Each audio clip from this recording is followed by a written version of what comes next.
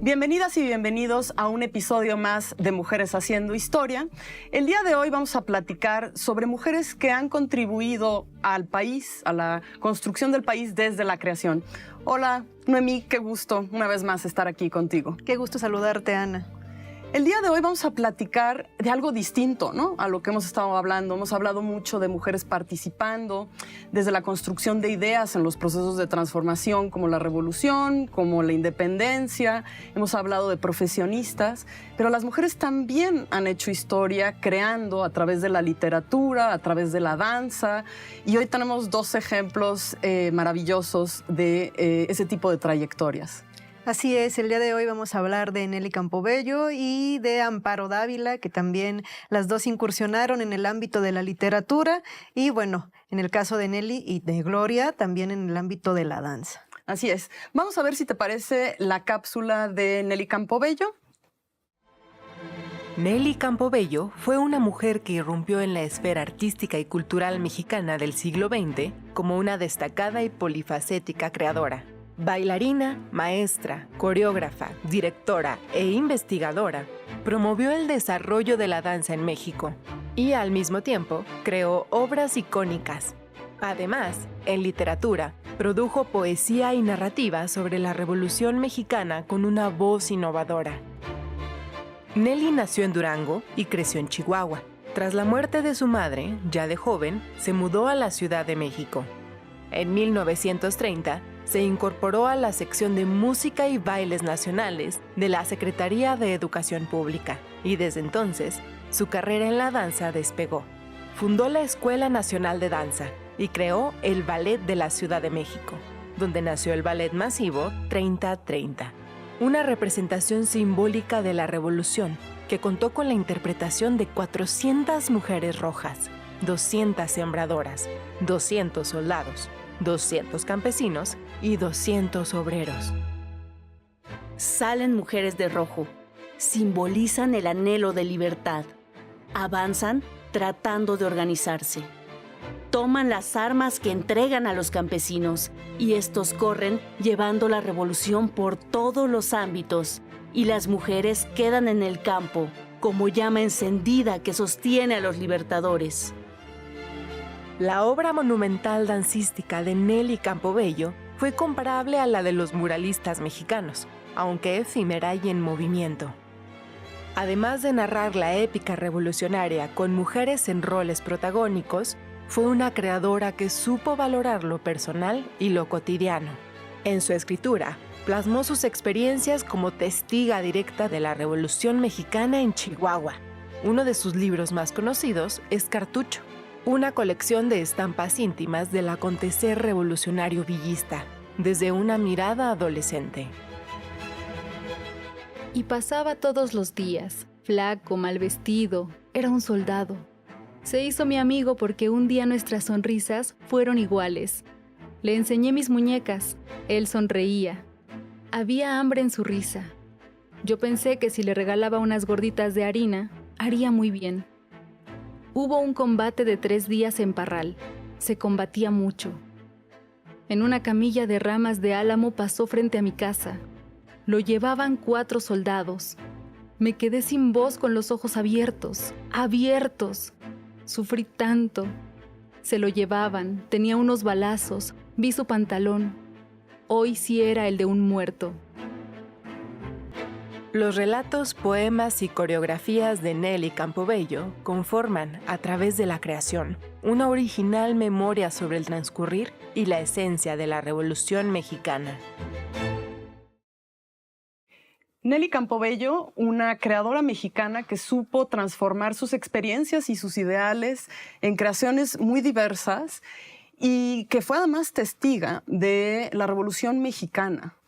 Además, estas experiencias de adolescente, creo que esto va a ser fundamental, porque muchas veces cuando pensamos la historia, la pensamos desde el adultocentrismo, ¿no? Como en esta idea de solo nos acontece a los adultos. Y justo las experiencias de las y los niños y adolescentes en el proceso revolucionario, pues sin duda van a ser también un momento muy importante de ver, como ella misma dice, bueno, es que estos ojos infantiles, cómo podían explicarse lo que estaba sucediendo, y creo que que por ello la obra de Cartucho de Nelly Campobello va a ser fundamental, porque estamos hablando de una adolescente mirando exactamente, digamos, la lucha revolucionaria. Eso me recuerda un poco a cuando hablamos de Dolores Jiménez y Muro, que hicimos el ejercicio, bueno, que tú hiciste el ejercicio de la fotografía, que decías, aquí hay dos niños. Y me conecta con eso, ¿no? Pocas veces nos preguntamos, bueno, ¿qué hacen esos niños y cómo vivieron las cosas? Y Cartucho es, digamos, el testimonio de esta niña a través de los ojos de un adolescente, de lo que está sucediendo, y también de una mujer, diría yo, porque, o sea, quiero decir, como del género, porque se fijan muchas cosas cotidianas que también son raro, o sea, es un testimonio único de la revolución, ¿no? Es decir, cómo transcurre la revolución en lo cotidiano, qué pasaba en su casa, porque además su casa estaba en la calle principal donde iban y venían los revolucionarios y los conflictos, y hay muchas de las historias tienen que ver con eso, ¿no? Así es, y creo que lo importante aquí, bueno, es que me gustaría recuperar dos aspectos. Ahora que lo mencionas, recordé el testimonio de otra niña que narra ya después, que se llama Celedonia, de Guadalupe, Zacatecas. Y a ella le preguntan, ya años después, qué fue la revolución para ella, y ella decía, es la muerte arriba y la muerte abajo, ¿no? Entonces, cuando le solicitan explicar, ¿no?, a qué se refiere, eso? decía, bueno, es que cuando venía la bola, mi familia nos escondía en un pozo. Y podíamos estar en el pozo donde te arrojaban unas tortillas duras y unos rebozos. Y decía, ahí es la muerte abajo, porque no sabías cuánto tiempo podías estar escondida en el pozo, a que te picara un animal, o el frío, que te enfermaras, o la muerte arriba, ¿no? Porque podía llevarte la bola o lo que podía acontecer. Entonces, increíble. Eran estas experiencias de cómo las infancias también estaban repercutiéndoles, bueno, este proceso, esta movilización. Y en el caso de Nelly también habla mucho de la madre. Yo recuerdo uno de los relatos, porque Cartucho es una colección de relatos cortos de la revolución, en donde ella cuenta que la madre tenía un perico al que le llama Pancho. Bueno, un revolucionario le dice, ponle Pancho, y ella está muy contenta. Digamos que se siente vinculada a Pancho Villa, y dice que en algún momento lo matan al perico y se pone muy triste la madre, ¿no? Pero a mí me recuerda un poco como a García Márquez, ¿no? Estas cosas del perico al que le pone Pancho y que lo matan, una cosa muy cotidiana, pero también señalando lo extraordinario de ese momento histórico. Y aquí hay otra historia que a mí me gustaría recuperar, porque también tiene dos aspectos fundamentales, ¿ya? De Nacha Ceniceros. Sí. Creo que también esto tiene muy importante el que la propia Nelly está reivindicando, ya no solamente ella como escritora, como autora de estos relatos que reivindica su memoria de adolescente, sino también la participación de otras mujeres en el proceso revolucionario. La leyenda de Nacha Ceniceros decía que, bueno, era una mujer que tomó las armas, que estaba en el campamento, y limpiando su pistola se le escapa un tiro con el que mata a un coronel de apellido Gallardo, y que pues Francisco Villa, muy indignado por la muerte de Gallardo, manda fusilar al autor, y en todo mundo le dice, bueno, es que es mujer, fusílenla, pero es que es Nacha Ceniceros, fusílenla, y que la pasan por las armas al haber cometido este crimen también, sí, ¿no? Bueno, que fue con esta bala. Y entonces ella dice, no, a ver, Nacha Ceniceros no muere en ese momento, no muere en el campamento villista, sino que ella, pues al terminar, ¿no?, al ver lo que acontece, regresa a su casa, a reconstruir su casa, a volver a colocar los adobes, desencantada también a veces como de quienes triunfan en la revolución. Y la propia Nelly dice, bueno, Nacha Ceniceros era una coronela, fue una mujer que montaba caballo, que llevaba tropa, que estuvo en los campos de batalla, y lo único que pasa a la historia es esta historia, cómo termina ella fusilada sobre el cuerpo del amado, y ella termina este texto diciendo, viva Nacha Ceniceros, viva esta coronela de la revolución. Y reivindicar a Pancho Villa, que era, ¿no?, en ese momento visto como el bandido criminal, ¿no? Es muy interesante también ese ejercicio, y como dices, en varios de los relatos, sí. Efectivamente, las mujeres son protagonistas. En otro es la madre yendo a los hospitales, tratando de esconder y de curar a las tropas villistas. Y yo creo que es muy interesante esta doble perspectiva de infancia o adolescencia y de reivindicar el rol de las mujeres. Así es, porque justo también ella dice, bueno, empiezan a alimentarse esta leyenda negra del villismo, esta leyenda negra de Francisco Villa diciendo, a ver, fusílenla en lo inmediato. Claro. Cuando dice ella Eso no fue sí. Exactamente. Entonces también tiene mucho en esta participación desde su vista de Parral, Chihuahua, desde estas experiencias, cómo ella... Y una cosa que es muy interesante es cómo pasa ella de esta narrativa muy de lo cotidiano, de una escala que tiene que ver como con lo doméstico, a estas representaciones monumentales y masivas de danza que también son muy poco conocidas, ¿no? O sea, conocemos mucho, digamos, ya en el periodo posrevolucionario y en esta idea de reivindicar lo que pasó con la revolución y de hacer piezas educativas. Se conoce poco, sabemos del muralismo, pero claro, este es un arte efímero. Pero conocemos poco, digamos, de este ballet 30-30, ¿no? Que eran cientos de mujeres, muchas mujeres interpretando y haciendo esta abstracción de lo que era la revolución, la libertad. Yo no me imagino cómo habrá sido ir a ese estadio, creo que era el Estadio Nacional, en donde se hacían esas representaciones, a mirar eso. Así es, la parte de la cápsula donde hace este comparativo con el muralismo, yo creo que es un excelente ejercicio, porque efectivamente a través del muralismo se trató de educar, ¿no? En este México posrevolucionario empezamos a ver a nuestros caudillos, la participación social, muy marcada, la lectura que se quiso dar del proceso revolucionario a través de...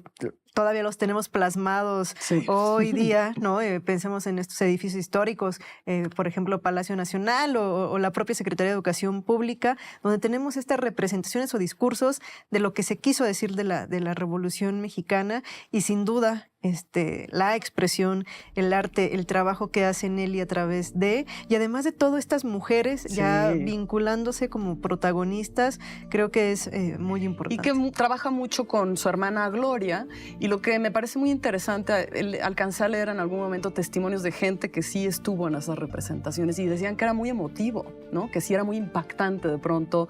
La danza tiene eso, es como la música, ¿no? Mueve emociones muy profundas. Y que conmocionaba, que realmente era un evento impactante. Entonces, si te parece, vamos a un corte y vamos a regresar a hablar de otra mujer creadora, Amparo Dávila, que, bueno, también es extraordinaria en su literatura. Regresamos en un momento. Mujeres haciendo historia. Continuamos. Mujeres haciendo historia. Regresamos. Regresamos a Mujeres Haciendo Historia y el programa de hoy lo hemos dedicado a aquellas mujeres creadoras, específicamente en la literatura. Hablábamos hace un momento sobre Nelly Campobello, cómo a través de esa mirada de adolescente nos empezó a narrar la revolución. Yo creo que el texto de Cartucho es una crónica del proceso revolucionario, pero con estos tintes de infancia, de adolescencia, de vida cotidiana, de reivindicación, ella ya estaba incluso presentando esos otros protagonistas, esos otros actores que ahora la historia trata muchas veces de recuperar, cuando ya en estos relatos, pues ella los iba ya llevando, metiendo, ¿no? Y metiendo a las mujeres, ¿no? Lo que decíamos, como protagonistas. Y el otro ejemplo que vamos a ver ahora, el de Amparo Dávila, es un poco eso también, ¿no? Es una escritora que, bueno, trabajó sobre el suspenso y el terror. La verdad es que varios de los cuentos sí son de verdad terroríficos, y que puso en la mayoría de sus cuentos las mujeres son las protagonistas. Pero cuéntanos de Amparo Dávila, ¿cuál es su origen? Bueno, Amparo Dávila nace en Zacatecas, hoy andamos muy zacatecanas. Exactamente, zacatecanas. Y bueno, nace en Pinos Altos, en un 21 de febrero de 1928, o sea, también vive pues una gran parte del siglo XX, Amparo Dávila.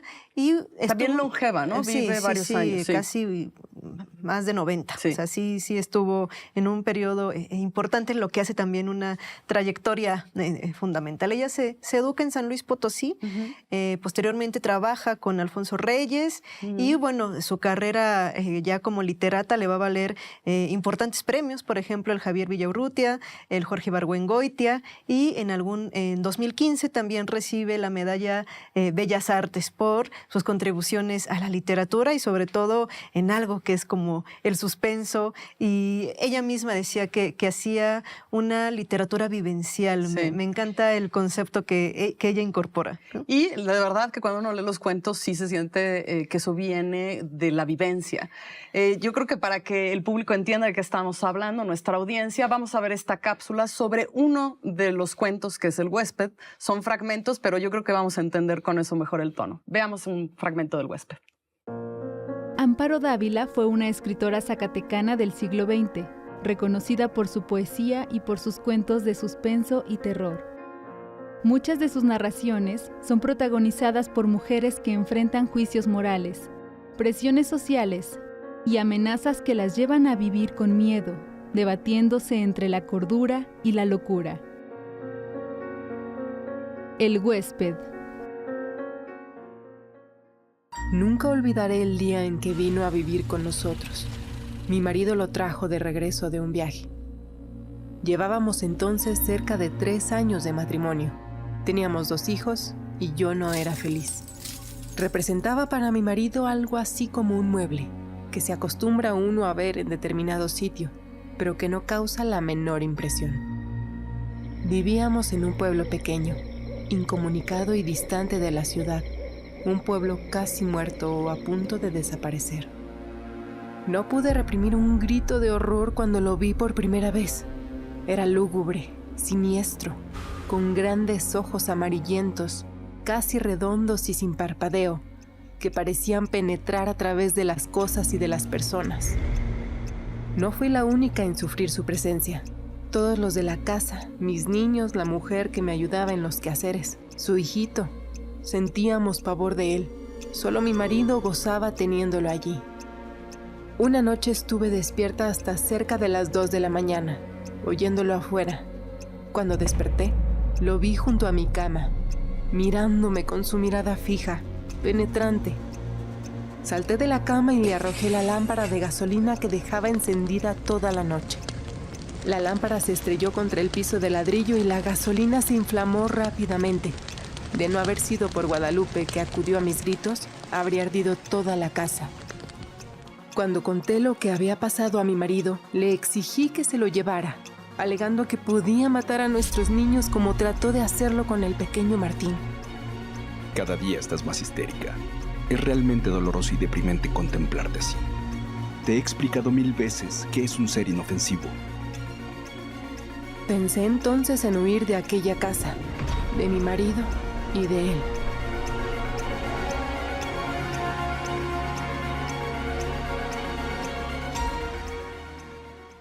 En el discurso que pronunció cuando le otorgaron la Medalla de Bellas Artes en 2015, dice algo muy importante, que hay textos que son técnicamente bien escritos, pero que nacen muertos, porque no llevan esta relación, no te implican, no te conmueven, no te llegan. Y bueno, creo que lo que acabamos de escuchar hace un momento en El huésped, Sí. pues nos deja esa sensación tal vez como de incertidumbre o de reconocimiento de una sensación tal vez de Sí, suspenso, son de temor. inquietantes sus Sí, cuentos, o sea, sí, los sí. terminas de leer y te quedas inquieto.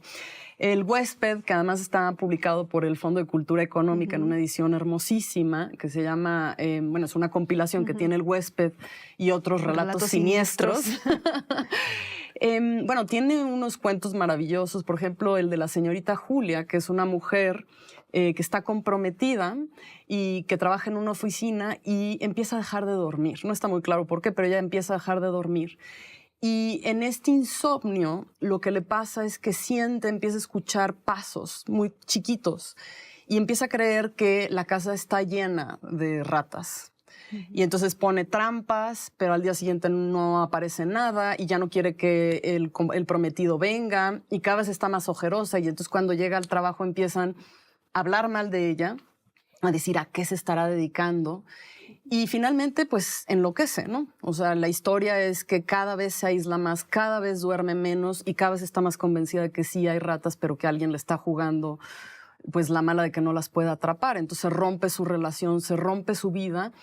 Y lo que es muy dramático y que trabajaba mucho Amparo Dávila es cómo las presiones sociales sobre las mujeres, los juicios, pues nos empujan a la locura. Y es una cosa que también trabaja después Rosario Castellanos, ¿no? Que dice, bueno, sí estamos siempre las mujeres en el límite de la locura, pero por muchas de las presiones que vivimos. Rosario Castellanos tiene este poema increíble de Valium, que es, necesito Valium porque no puedo con la vida, ¿no?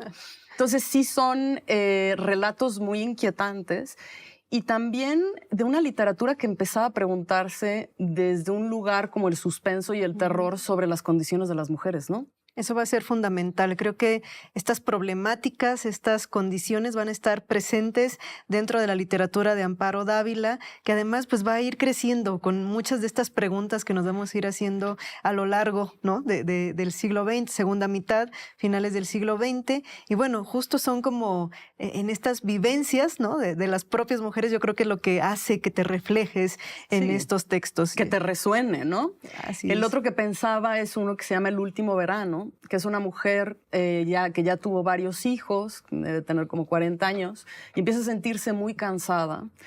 Y ella cree que es pues porque ya se está muriendo. Y de pronto se entera que no es por eso, sino que es porque está embarazada. Y entra en shock y dice, no, yo no quiero un hijo, no quiero más hijos. Y le comenta al marido, y el marido le dice, ay, los hijos siempre son una bendición. ¿Bendición? ¿Para quién? ¿No? Es como, yo no quiero tener más hijos. Al final tiene un aborto espontáneo, el marido tiene que enterrar, digamos, lo que queda en el huerto, y cuando ella manda al hijo, el hijo le dice, está lleno de gusanos, y ella pues le empieza a entrar todo el tema de la culpa. Y finalmente la historia no la voy a contar para que la audiencia lea a Amparo Dávila, que eso es muy importante, para hacer eso hacemos estos programas. Pero es tremendo porque son esas complejidades que tienen que ver con conocer muy bien el mundo interior de las mujeres, las presiones a las que estamos sometidas, y pues nada más contemporáneo que este tema del derecho a decidir, ¿no? Exactamente, pues les invitamos a leer El huésped y otros relatos siniestros. Bueno, tiene una obra muy importante, las antologías de cuentos, por ejemplo, pero también incursiona en la poesía, no solamente es en la narrativa de relatos. Sin duda, Amparo Dávila, bueno, pues fue una mujer que vive a lo largo del siglo XX, esta mujer zacatecana que recibe varios premios, pero yo creo que lo más importante de su obra es la manera en que nosotras nos podemos ver reflejadas en este suspenso, en esta situación inquietante muchas veces de la condición y muchas veces de las circunstancias a las que nos enfrentamos día a día. Sí, y aquí en Mujeres Haciendo Historia también celebramos toda la gente que participa en las cápsulas que presentamos. También son muchos creadoras y creadores que participan haciendo animación, investigación, haciendo voz off, haciendo también el diseño sonoro, que ahora lo sentimos como de, ay, mamá, me va a dar algo. Pues este es un programa en donde reivindicamos la creación colectiva. Y además en todos los sentidos nos fuimos desde la danza, la literatura y ahora también desde la ilustración, el acompañamiento sonoro, que yo creo que fue fundamental en el trabajo que se presentó sobre El huésped como fragmento en la cápsula de la Mañanera del Pueblo. Los esperamos en la próxima edición de Mujeres Haciendo Historia.